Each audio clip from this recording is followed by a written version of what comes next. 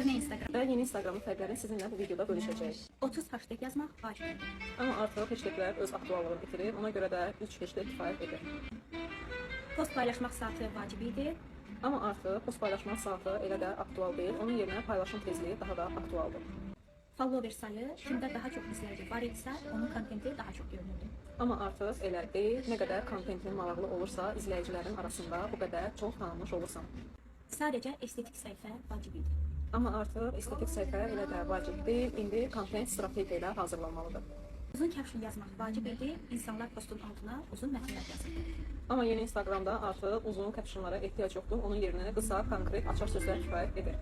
Hazır bu formulları çox istifadə olunurdu. Misal üçün, bunu etməsən peşman olacaqsan. Yeni Instagramda isə artıq bu yoxdur. Onun yerinə daha real, daha səmimi videolar öz aktuallığını qoruyur, saxlayır.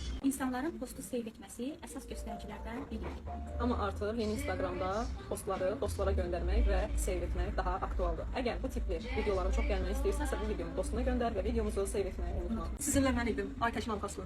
Rəşad Nəzirov, Faniz.